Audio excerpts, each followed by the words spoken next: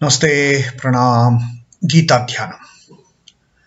Om Parthaya Pratibodhitam Bhagavata Narayanena Swayam Vyasena Gratitam Purana Munina Madhye Mahabharatam Advaitam Ritavarshinim Bhagavatim Ashtadashadhyayinim Ambatva Manusandadhami Bhagvad Gite Bhavadveshinim. O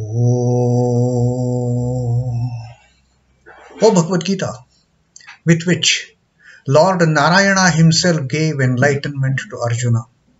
The ancient sage Vyasa included it in the Mahabharata.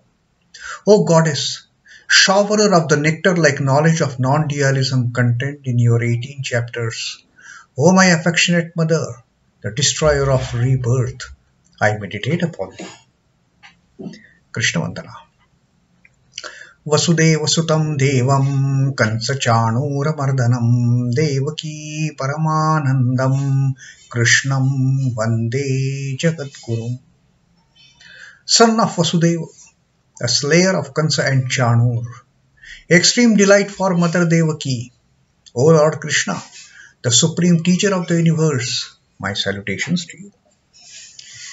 Srimad Bhagavad Gita, the 12th Adhyaya, which is very soon coming to end, in fact, and we are on the penultimate 19th Shloka. Today we will be reading. And Sri Krishna is in this Bhakti Yoga. He's telling us about the characteristics, about the attributes, of the qualities of the Bhakta, of the devotees who are so very dear to the Lord. After telling us various paths through which we can develop this great devotion for the Lord, now Sri Krishna in last few verses, Shloka, he has been telling us about the characteristics, the attributes of the Bhakta, which make that person so very dear to the Lord, and that is the target Sri Krishna is kind of putting before us. You become this, you become this, you become this. If you gain all these traits, if you gain all these qualities, you are going to be dearmost to me. Now, in the 18th slok that Sri Krishna taught us about equanimity between the pairs of opposites. Samashatrausha mitrecha tatha manapamanayoho shitoshna sukhadukheshu samaha sangha vivarjita. Now he started off with these pairs of opposites. The one who is same towards friends, same towards enemies. He doesn't have any special treatment meted out to friends, or a special, very kind of a cruel treatment meted out to enemies. No. In his mind, in the devotee's mind, or in her mind, there is equal amount of emotion, or whatever. That person is same towards friends and enemies. There is no excess liking, there is no excess disliking. Liking for the friends and dislike for the enemies. Love for the friends and hate for the enemies. Nothing of that sort. Sama shatrausha mitrecha tatha manapamanayoho. That person is same when praised, when he is honored, when great respect is paid to him. It is not that he goes, his ego gets bloated, inflated. Not in the mana or apamana. Or if that person is dishonored, he is not affected at all. He is not troubled at all. The mind is absolutely same, whether praised or dishonored, whether honored or dishonored. So Sri Krishna says one has to be same in all the opposite situations. The joy, sorrow, the dealing with friends and enemies, and how one should take the praise and take the dishonor. The person should be same. And shitoshna sukhadukheshu, whether it is extreme cold, whether it is extreme hot. Here what happens in our case? The temperatures go slightly up and we start shouting, oh my God, what a heat. This time the climate has gone heavier. Global warming. We have never seen such kind of heat during summer. The temperatures going half the boiling point, 50 degrees centigrade, and we get absolutely troubled. We get agitated. We get udvega, what Krishna had told us not to get into. Or if it becomes severe cold, again the same reaction. So Sri Krishna says, a great devotee, he is not pained by heat or cold. He is not affected by them at all, by Shita or Ushna. And also, that person is same in Sukha Dukkha. Shitoshna Sukha Dukkheshu Samaha. Equal, that equanimity, that same-sightedness towards all the pairs of opposites. How balanced attitude one can have among these pairs of opposites. It has to be strictly balanced, not like this tilting towards happiness and going away from unhappiness. No, the balance should be perfectly balanced, whichever situation we may get into. And finally, Sangha Vivarjitaha. That is the key. That is the key for any kind of devotional attitude to be gained. That is the ultimate. Sangha Vivarjita, detachment. The moment an element of attachment sets in, we are gone. Then we start getting bothered by these pairs of opposites. Why we get troubled by the pairs of opposites? Because we get attached to some idea even. We get attached to a few things and that make us totally biased. We get attached to friends, we start hating enemies. We get attached to happiness. We don't like unhappiness. We get attached to our honor, our respect that people pay us.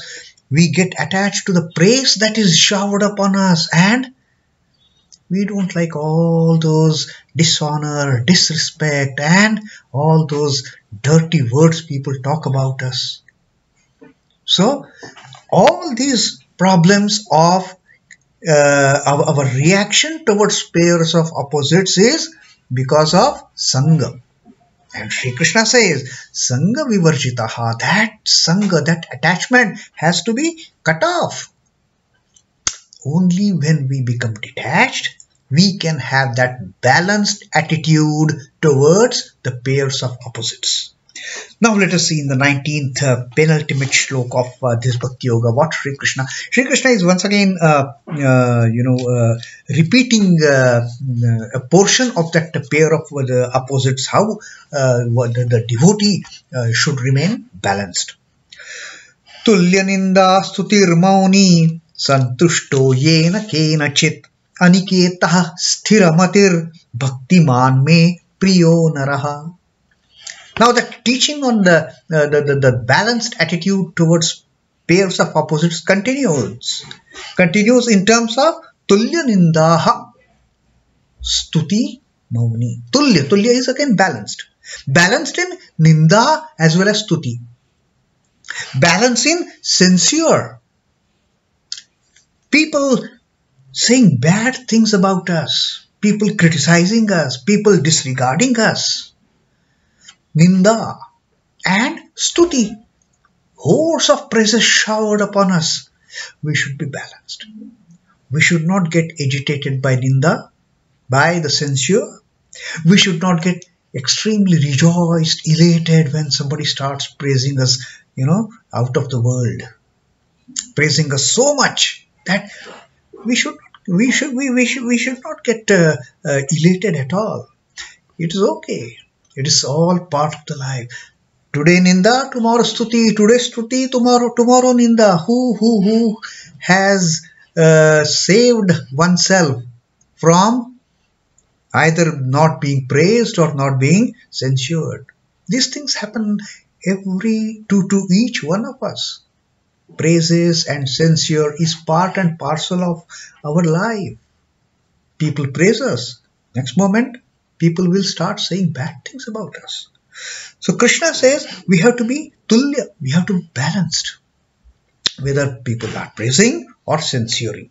And then Sri Krishna gives some very interesting attributes, the characteristics of the most beloved devotees of the Lord. Mauni, the silence.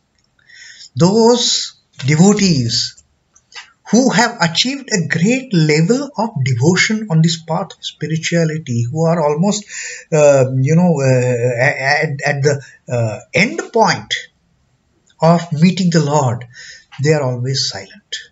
Why they are silent?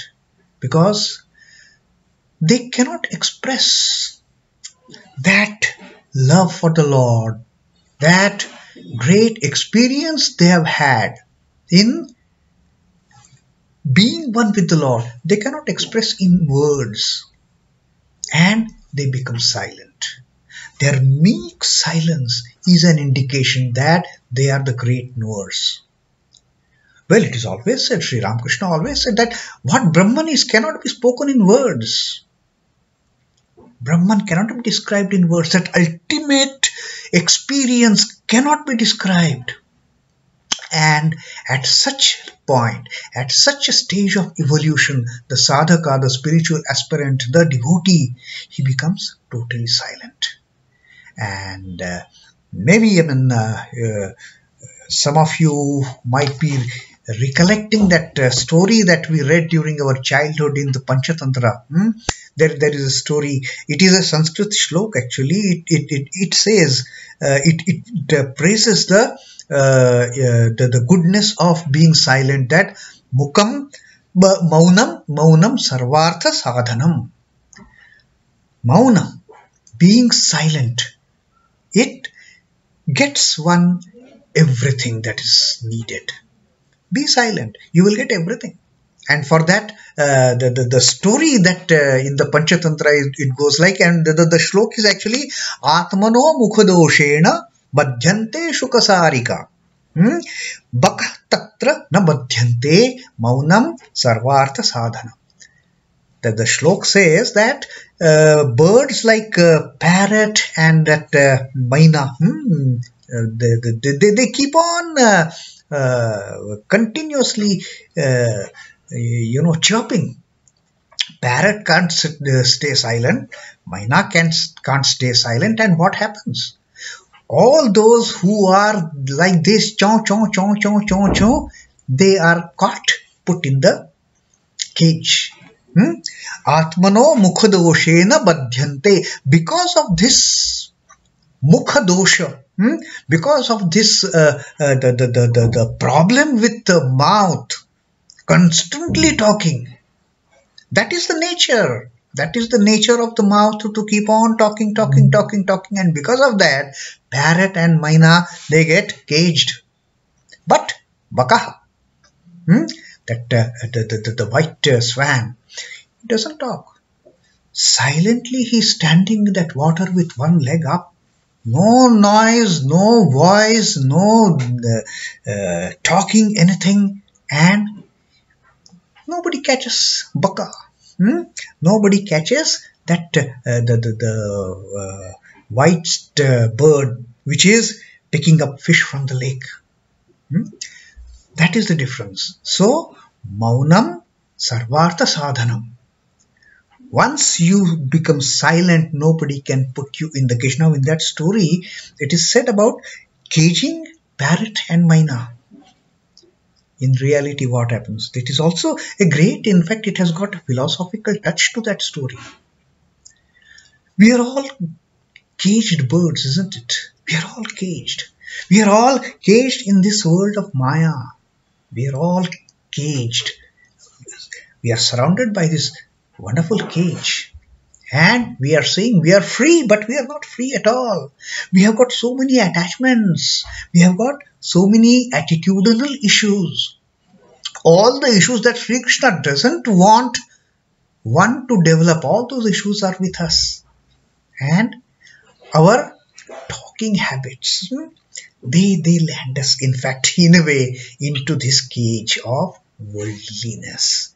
But the moment we start realizing God, the moment we start realizing the true enlightenment, we become totally silent. And therefore Sri Krishna says here that mauni, tulyanindāstutirmaunī. Mauna, the silence, is one of the best attributes the devotee picks up on the way of the spiritual path. Santuṣṭo. One should be contented. Whatever I have is Lord has given to me. Lord gives me whatever I want. First of all, that should be the understanding. And therefore, once we have that understanding, we get into that position of remaining contented with whatever we have. Then we don't keep on aspiring, I want this, I want that, I want that. No desires. Contentment kills our desires.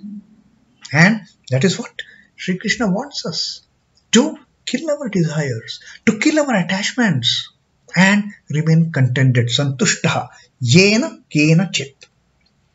Yena kenacit, with anything. It is not with only with the people or things coming in our contact. With anything, yena kenacit, we have to remain contented. Whatever comes to us, good comes, remain contented. Bad comes, remain contented. That is also given by the Lord. So Lord says one should be santuṣṭo yena kenacit. One should be always contented with whatever comes to one's life. Aniketaḥ. Aniketaḥ is basically a kind of a homeless. One should not bother about I don't have home. This whole world is my home. This whole creation is my home. I am living in the Lord. That understanding when it comes, aniketaḥ. So wherever I am then, whether I am in a palatial bungalow, or whether I am in a hut, or whether I am sitting under a tree with nothing else to claim of my own, I should always remain the same. Aniketaḥ, sthiramatirbhaktimānme, whose mati is a mind. Mati is actually the inner faculties are sthira. Sthira is steady, not jumping up and down. No extra rejoice, no extra crying. Sthiramati. The mati is always steady. I have a clear-cut vision of what is going on then. If my mind is steady, if my mind is not fluctuating from one corner to another, from one point to another, when the mind is steady, then automatically a balanced attitude sets in. When the mind is steady, we automatically get detached. When the mind is steady, we automatically become contented. So in a way, all these attributes that Sri Krishna has told, they are all interconnected. They have a good amount of cohesion between them. A steady mind will always be balanced towards pairs of opposites. So this is what Sri Krishna wants in his devotees. And then he says, Bhaktimānme priyo naraḥ. Such a person, naraḥ, although he has talked about naraḥ as a man, such a man who is full of devotion. But in this prakriti, when the Lord creates the beings, they may be different in terms of gender, but it is not that specifically he has told this only about naraḥ, about men. It is about the devotees. When we say man, woman also gets included in it. Although in the word spelled as woman, the man is included in the woman, W-O-M-A-N. But colloquially speaking, the literal this thing, whenever there is a mention of nara in any of the scriptures, it also inherently means the females also. So it is not that just the Shloka is meant only for men. Such a man, Such a being, for that matter, such a person is most dear to me. tulyanindāstutirmaunī santuṣṭo yena kenacit aniketaḥ sthiramatirbhaktimānme priyo naraḥ. Such a devoted, such a person with great devotion is extremely dear to me. So this is again Sri Krishna's teaching to us that be steady-minded. Don't get carried away by the pairs of opposites and be contented. Be silent. There is no need of expressing your joy or sorrow through words. Just be silent. Whatever you are experiencing, experience it within yourself. Incidentally, there is one book by Swami Paramananda, Silence as Yoga. It is a wonderful book, and if you can get a chance to read it, do read it. It is a small booklet actually, Silence as Yoga. So that is what Sri Krishna has taught us, and let us see what Sri Ramakrishna tells us about this particular, the qualities that Sri Krishna wants us to develop. Sri Ramakrishna says, do not allow worldly thoughts and concerns disturb your mind. Yes, sthiramati. So Sri Ramakrishna also is telling us, let your mind be balanced. Let your mind be steady. Do not allow worldly thoughts and concerns disturb your mind. Discharge your duties as and when they present themselves to you. Don't run away from them. Be steady. Be calm. Be balanced. Tulya. But fasten your mind ever at the feet of the Lord. Whatever you want to do, you do, Sri Ramakrishna says. Don't attach your mind towards the worldly thoughts. Don't attach your mind towards worldly thoughts. Don't allow worldly thoughts and concerns affect your mind at all.